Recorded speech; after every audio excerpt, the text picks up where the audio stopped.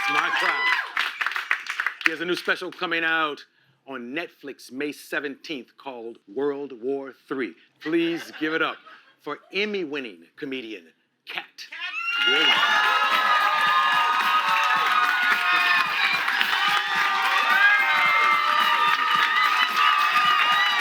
Make an old nigga jump. Yes. Yes. Dude. Look at all the people that come to see you. Some funny, some not funny. They all love you. Yes, and I them. Yes, yes. You know what? Here's something we've never talked about. We're both Buckeyes. Indeed, indeed. You have any memories of Ohio?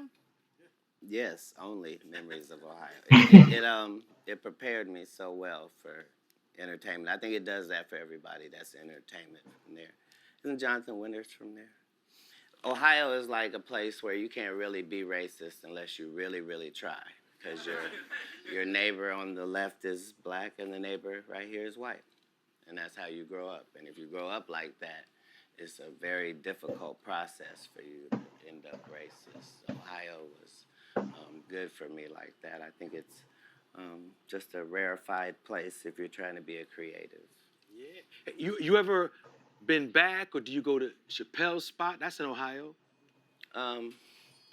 My grandmother's spot took precedence over Chappelle's farm, but because she stayed right outside UD Arena and Dayton. I was born in Cincinnati but raised in Dayton, but there aren't really any bad places of Ohio.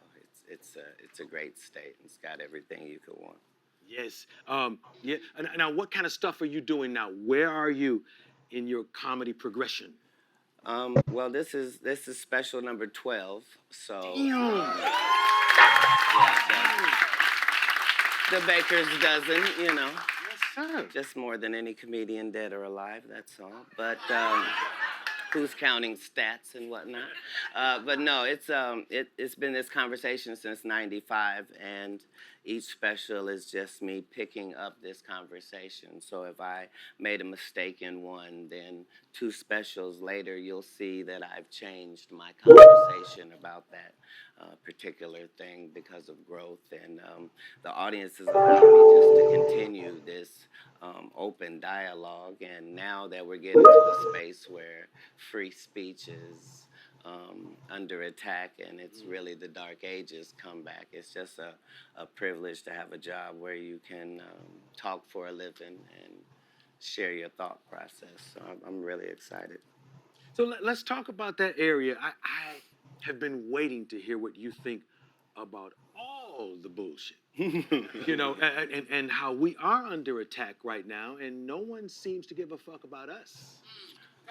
Well, I named it World War III 9.5 months ago.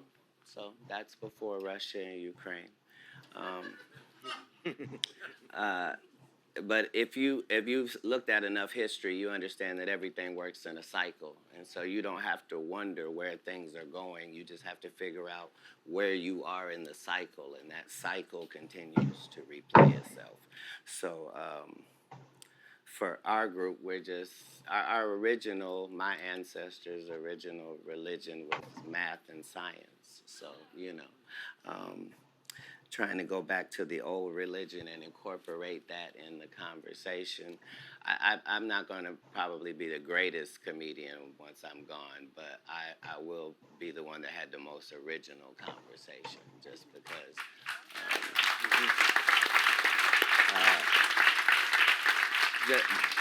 Not because of me, but because my fan base allows me to have that conversation. You know what I mean? Yeah, and it's a blessing to be able to be wrong and to be able to make mistakes and to be able to not have the right answers and not have the press and marketing that guarantees success. There's something to be said about all that. And for me, like, I'm not in competition anywhere. Like, I'm really the guy that 6-year-old me was trying to be. Like, I've really nailed that. So, fortunately, I wasn't that specific. Just be successful and live. Yeah. Um, so I hit comedy clubs sometime and I watch guys working on their next special, Yeah. getting their material right. I never see you in a club, but then you have an hour that's on fire.